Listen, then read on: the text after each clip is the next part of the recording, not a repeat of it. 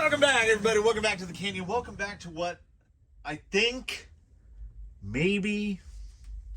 Okay, I've practiced this like 5 times. So let's see if we can make this work. This may indeed be the ultimate installment, or at the very least, I would reckon the penultimate installment of It Came From the Workbench, Volume 15, this being Episode 6. I wish it was more in frame. All 4 wheels are on the ground.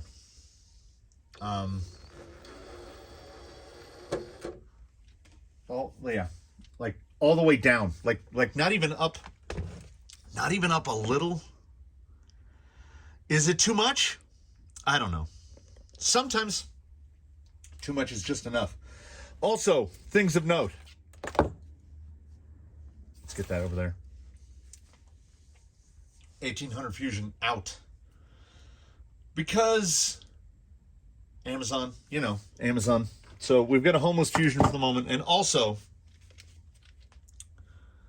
Ghost Rover on the RC4. Formerly on that, my beloved Sanwa MT4. Not even the S, just old MT4. Because Amazon. What does Amazon bring us now? Well, you can get yourself a Rhino.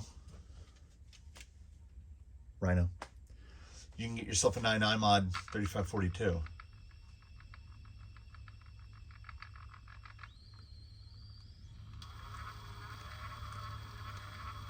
While you're at it, you can get yourself some steel drive shafts that allow you to... Is it too much? Is it too much? That's probably too much, right? Most can't throw their links to there. Flex is even more. I cut a little bit more off the fenders. I want to leave some. I feel like it strengthens up the front end. Element receiver box. It clicked in my head that I have the cut up from, I don't even know what, but somebody lost them. But I'd cut the parts that hold the servos and stuff off.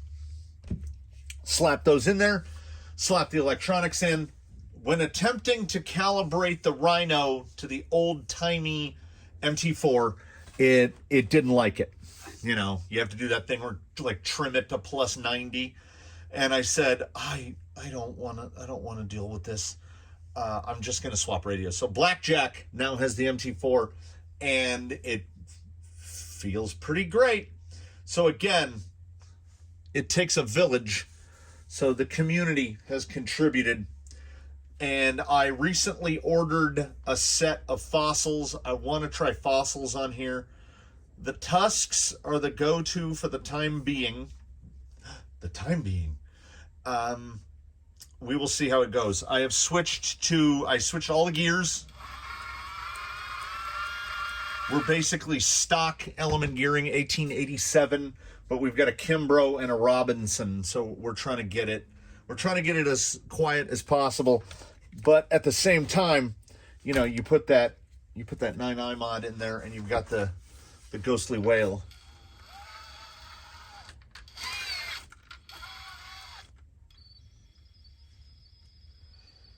It feels really good.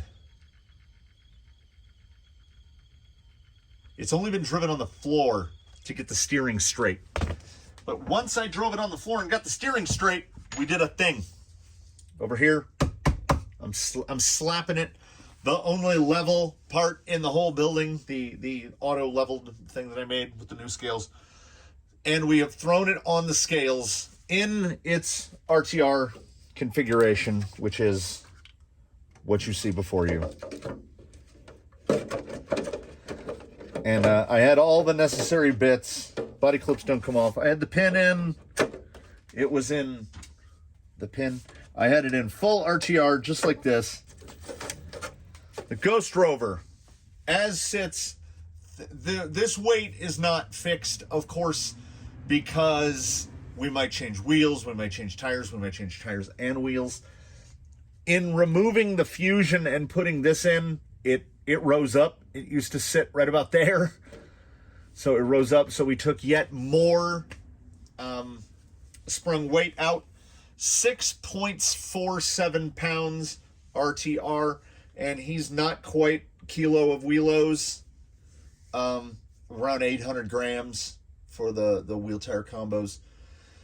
So still, that is a very small amount of sprung weight for the size of the vehicle. 3.91 pounds level in the front axle, giving him a nearly perfect 60-40 or nearly precise 60-40 weight split. I think he could potentially benefit from a little more front weight, but I'm not super hungry to spend, what's on there? Yeah, he's got SSDs. I'm not super hungry to spend $50 to add about an ounce to the front axle. So we're just going to go as it is. If anything, I would get brass rings. I'm probably going to end up buying a set of the brass beadlock rings and putting a pair in him and a pair in Jake, just on the fronts, not all the way around, just on the fronts.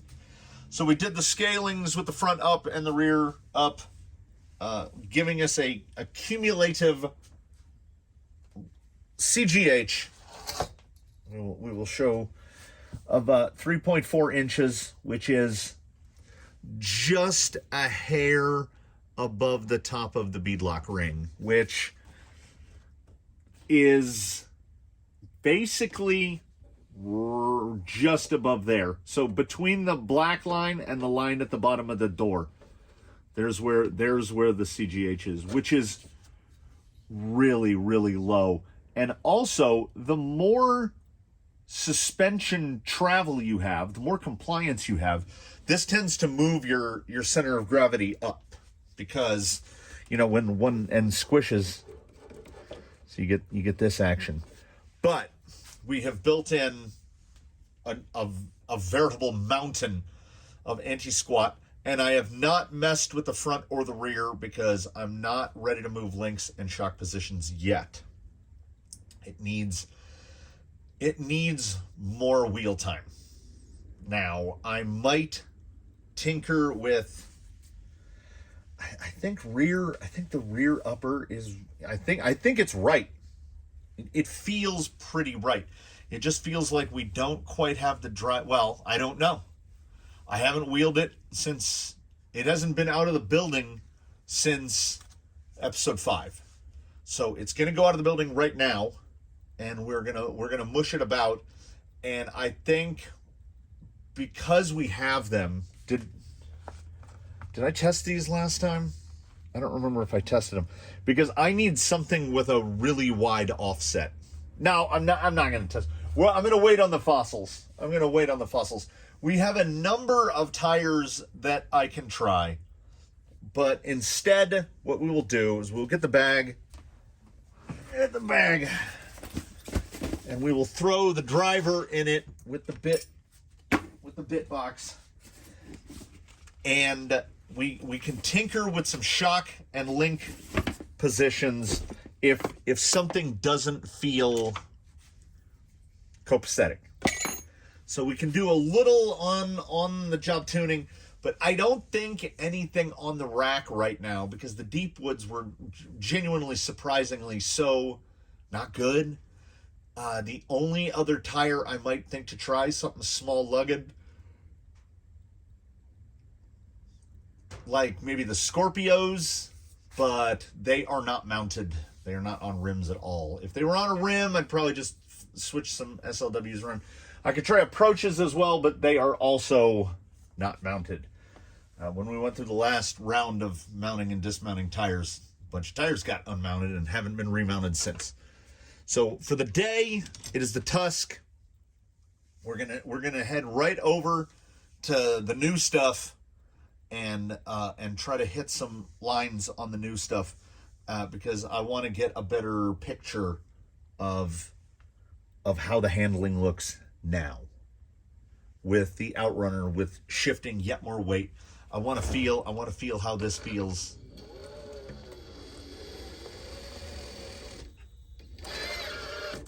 I mean, I hope that translates. It feels really good in here, and I'm trying to temper those expectations, but man,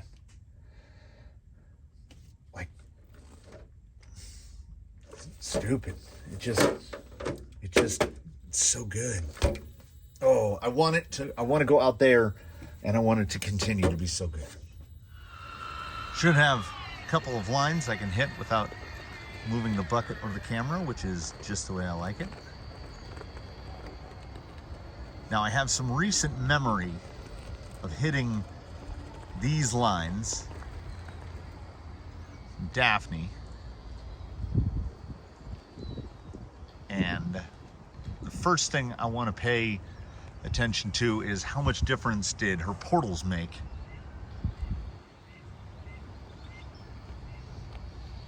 Oh, it's right there. There's a little outcrop that is hanging the center chassis. I don't think I could get the skid over it. So as per usual, I tried to attack it in the exact same way that I do in a different vehicle. This is something completely different. His profile is very, a little more to the left, and does it with no issue whatsoever. Let's do a little fall down here.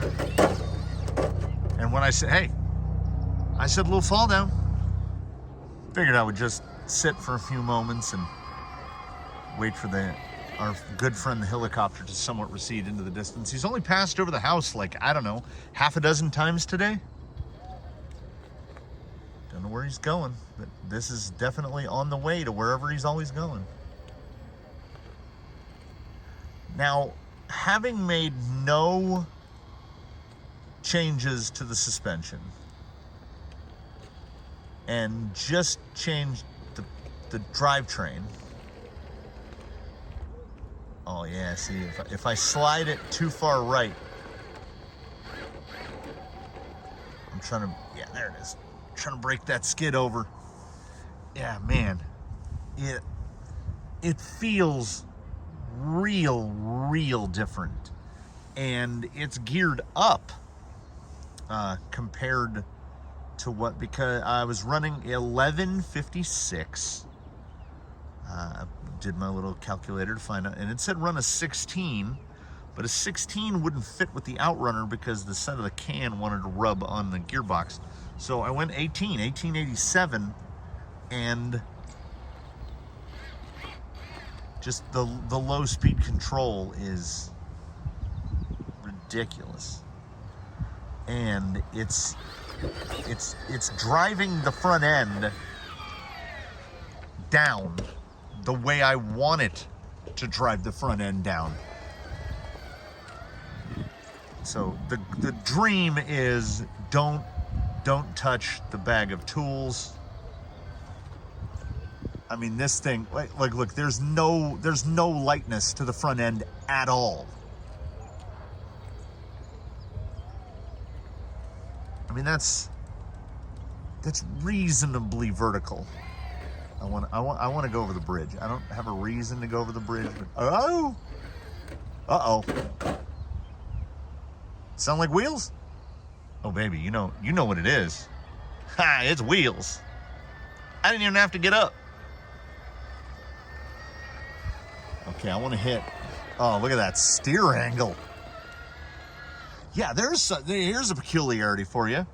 Going from the MT4 to the radio link, I had to adjust the steering drag link because the steering wasn't centered anymore, and I had no trim on that radio, no trim on this radio. There's no reason to use trim if you use a turnbuckle for your drag link.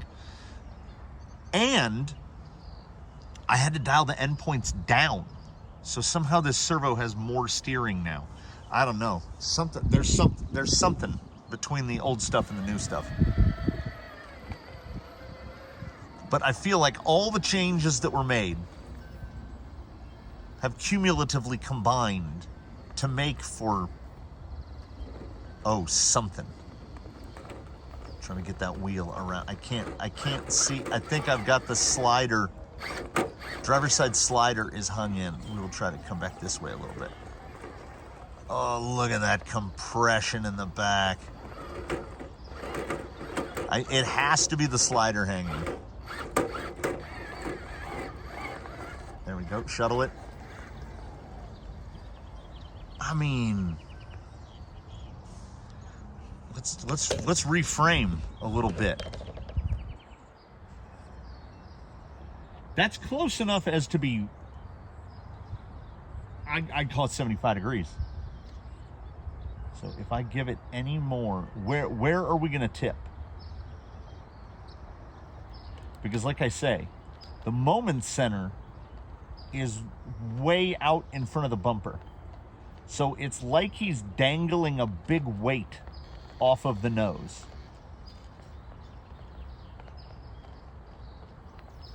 There's no instability.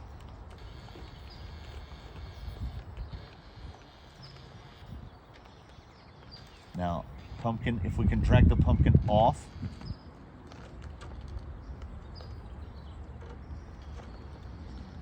I don't know if there's another rig in the fleet that will pull over that.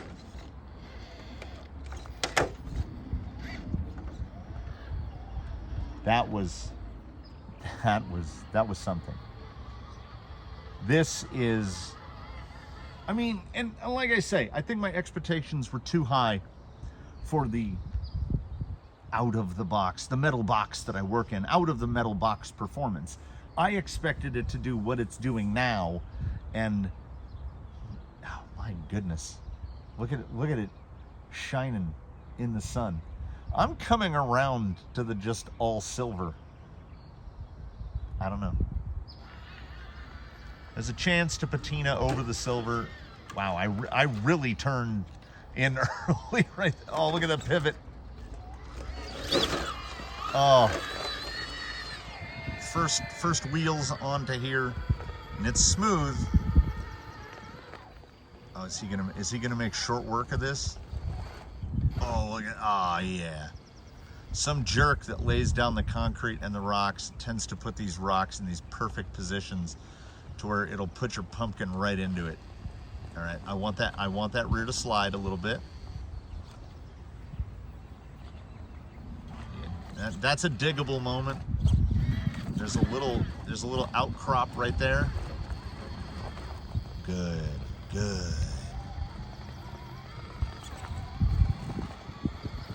Well, there's not a lot of grab up there. Nevertheless. What is this thing? Well, it doesn't have to obey the mortal law. It is a ghost. I do really in this instance. And at least at this moment, I feel like tootling the horn. A little bit, because man, it's kind of everything. It's everything I wanted it to be. This is a beans section usually. That front over, try to use the little groove there. Yeah, that skid forward with the angle, that breakover is some real tasty stuff. And I don't think he's done, because like I say, that breakover is like a drug. We're definitely gonna have to get some big high clearance links in the back, at least for the lowers. I honestly, I don't think the fronts matter. I don't. They're so short, and the way that they're angled up from the skid, it's almost like they're kind of high clearance anyway. I wouldn't want them below the drive shaft in the front, because I don't want to gouge the drive shaft into rocks. Yeah, I had the feeling that he was going to have absolutely no issue right there. Let's come around the other side. There's a little bit of a vertical section right here that I want to try. You can see right where the nose is coming up. Reach over, and then the brake, like it's not there. I mean, it's only like a 3 to 4 inch, but like vertical face, just straight over it.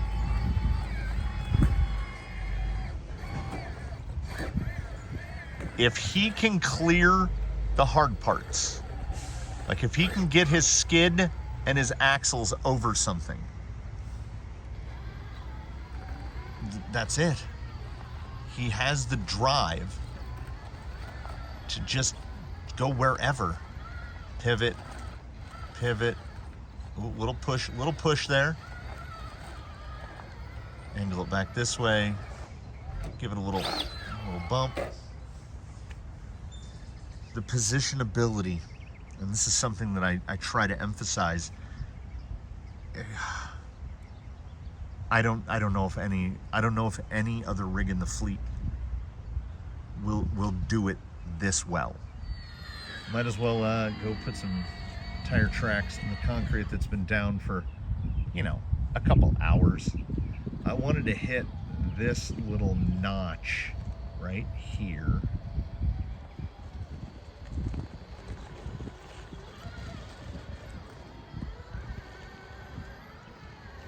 Like it's not even there. Like he's driving on a carpeted floor.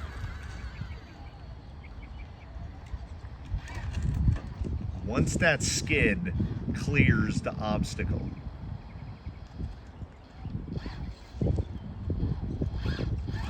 $12, I guess, is the magic number. Once he's got that, once the breakover is complete, he's just on his way down.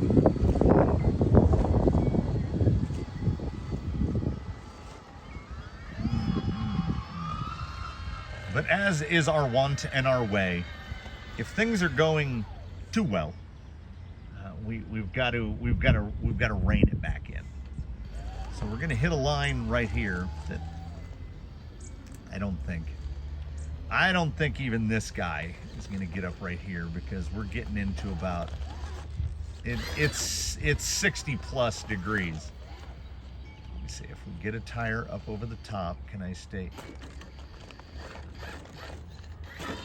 That perfectly positioned little concrete nub catches the driver's side tire, so I have to try to claw over this right there. And then we've got the passenger rear 2 notched in. Oh. All right. Okay. I mean, I've never attempted it before. I just made it. It was still very loose. Okay, let's try the pivot farther the other way. And now push back. I want to get right there. Wherever I want to put the tire, it says, okay. Okay, up on the flat.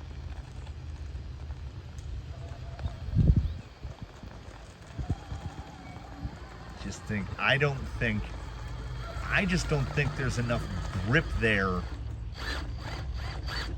Period. Look at the rear.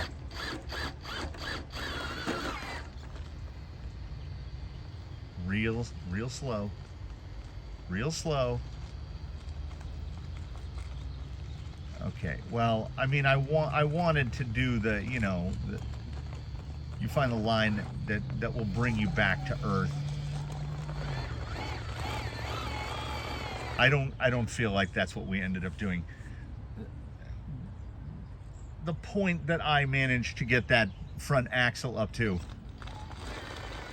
I don't get it. I don't get it at all. I mean,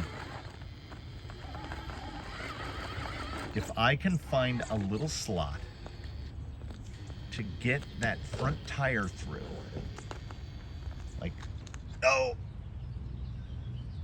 that's what I'm talking about with the anti-squat. How is that not down? From this angle, it looks like it's past 90. Now, if I think any throttle input other than a little bit of reverse was going to send it over. But you see that driver front high, but instead of it's transferring the motion laterally instead of throwing his head back. I think this might be a spot that I can find a line here.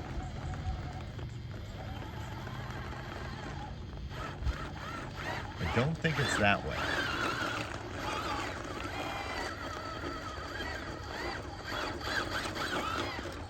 Yeah, the tusk might be the guy. Again. Oh. Do you ever have that feeling where, like, how would I phrase this? Like a wariness of happiness. Like if you feel happy about something, you're immediately suspicious. That's where I am right now. Like, as they would say in a noir, we're waiting for the other shoe to drop. Something has to go wrong, right? Because this thing is doing ghost stuff. I mean, I talk about that tipping point, the point where it feels like the rig's gonna cut loose, and how some rigs, like early on in tuning or RTRs or the geometry, the 10.3 Basecamp springs to mind, that when it was in its RTR configuration, it was like driving a Porsche on a wet mountain road. It would snap one end so fast that you had no idea which direction it was going to go when it rolled. This is the absolute opposite of that. Opposite.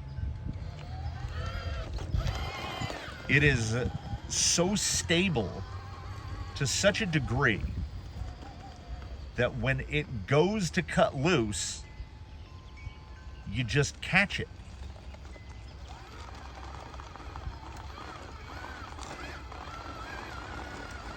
See right here, I think we need the high clearance links to get over that. So I'll try to jostle. If I can get, see, I think I have the skid over it, so the skid is kind of helping hold us up. There's just not enough room. Passenger rear would have to go just to the left of that little point that's under the slider. And instead, we're just kind of pivoting the chassis. I don't think I have enough clearance to run at it from the other side. Yeah, see, it will. Can I? Well, I don't want to say no. That was just all me. So, do I think we ended up where we started off trying to end? Well,